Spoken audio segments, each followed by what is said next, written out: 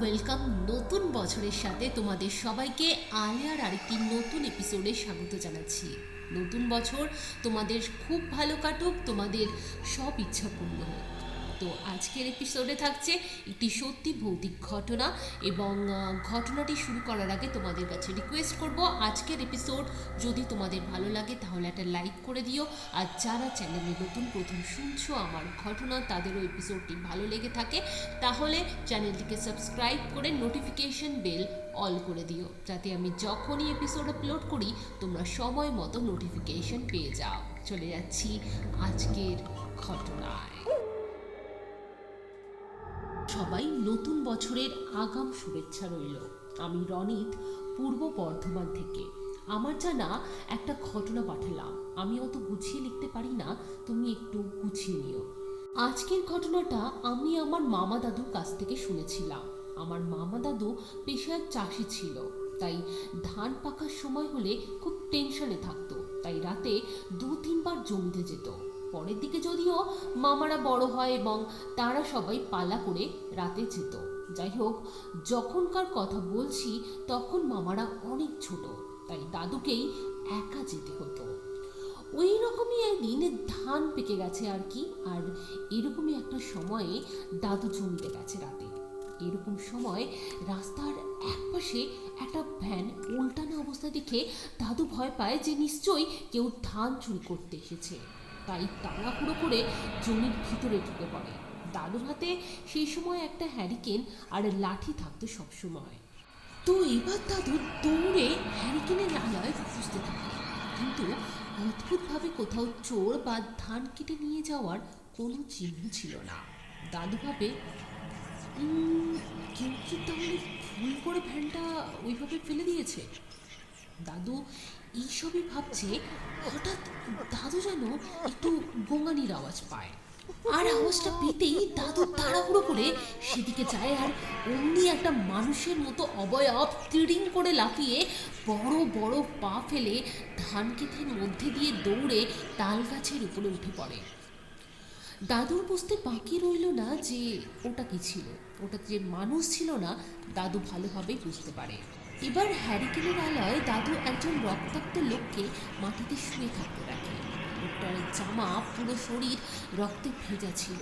দাদু কোনো রকমে জমির আশেপাশে যারা নিজেদের জমিতে ধান দেখতে এসেছিল তাদের সাথে লোকটাকে বাড়ি নিয়ে আসে। এরপর জামা কাপড় বদলে ক্ষতস্থানে ভর্তি করে দেওয়া হয়। লোকটা ঘন্টা 2-3 পর একটু সুস্থ হয়ে গেলে দাদুদের যা জানায় তা ঠিক এরকম।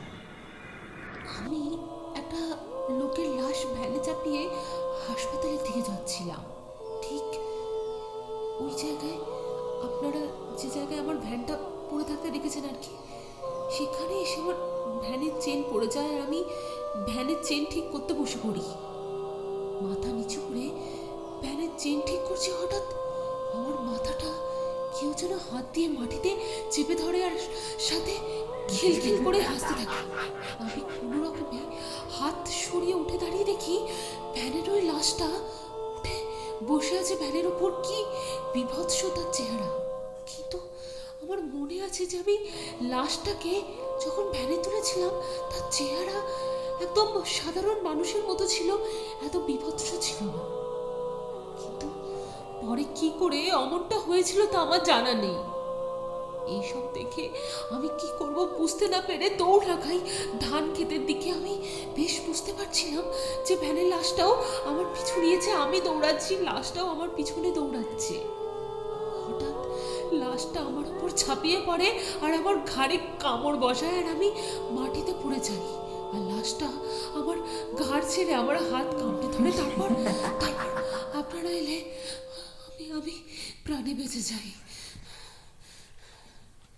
আমার দাদু বুঝতে পারে যে লোকটা সত্যি বলছিল, কারণ দাদু নিজেও একটা অবয়বকে দৌড়ে তাল গাছে উঠতে দেখেছিল। এরপর সকাল হলে লোকটাকে হাসপাতালে ভর্তি করা হয়। আর অদ্ভুতভাবে ধান ক্ষেতের পাশে তাল গাছের নিচে খুবলে খুবলে খাওয়া একটা লোকের লাশ পাওয়া যায়। সম্ভবত এই লাশটাকেই ভ্যানে করে ওই ভ্যানওয়ালা নিয়ে যাচ্ছিল। এরপর না দাদু শুধু মনে হতো কেউ দাদুর পিছু নিয়েছে। রাতে তো দাদু বাড়ির বাইরে একটা অবয়বকে দেখতে পায়, যাকে দেখতে ওই ধান খেতে পাওয়া ওই অবয়বটার মতো ছিল। এরপর দাদু আর দেরি না করে একজন ওঝাকে দেখায়। তাকে দেখালে সে জানায় যে একটা প্রেত দাদুর পিছু নিয়েছে আর তাকে মারতে চায়, কারণ সে দাদুর কাছ থেকে প্রতিশোধ নিতে চায়। কারণ দাদু সেদিন ওই ভ্যান চালকটিকে বাঁচিয়ে প্রেতটার খাবার কিনে নিয়েছিল। এরপর দাদুকে মাদুলি পরানো হয়, তারপর থেকে সব ঠিকঠাক হয়ে যায়। এটাই ছিল আজকের এপিসোডের একটি ছোট্ট এবং সত্যি ভৌতিক ঘটনা। রনিক, তোমাকে অসংখ্য ধন্যবাদ। এরকম ঘটনা আরও পাঠিও।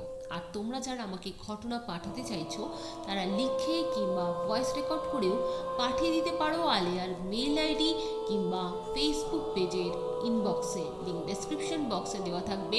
তাছাড়া আজকের এপিসোডের থাম্বনেলেও তোমরা মেল আইডি পেয়ে যাবে। আমাদের চ্যানেল আলেয়াতে সবার পাঠানো ঘটনাই পড়ে শোনানো হয়, শুধু শর্ত একটাই যে ঘটনাটি হতে হবে কারোর জীবনে ঘটা সত্যি ভৌতিক কিংবা অলৌকিক ঘটনা। আমাদের চ্যানেল আলেয়া কোনো রকম কোনো কুসংস্কারকে সাপোর্ট করে না। আলেয়ার ঘটনাগুলি কতটা সত্যি কিংবা মিথ্যে সেই তর্কে না গিয়ে আমি সবসময় রিকোয়েস্ট করব যে ঘটনাগুলিকে শুধুই মাত্র এন্টারটেন পারপাসে নেওয়ার জন্য। আজকের এপিসোড এখানেই শেষ করছি। তোমরা আলেয়াকে বেশি বেশি করে সাপোর্ট করতে থাকো এবং যারা তোমাদের মতো সত্যি ভৌতিক কিংবা অলৌকিক ঘটনা শুনতে ভালোবাসে তাদের সাথে আমার বলা ঘটনাগুলোকে শেয়ার করতে পারো। আজকের এপিসোড এখানেই শেষ করছি। তোমাদের সাথে দেখা হচ্ছে মঙ্গলবার ঠিক রাত 10টার সময় আরও একটি সত্যি ভৌতিক ঘটনার সাথে। শুভরাত্রি।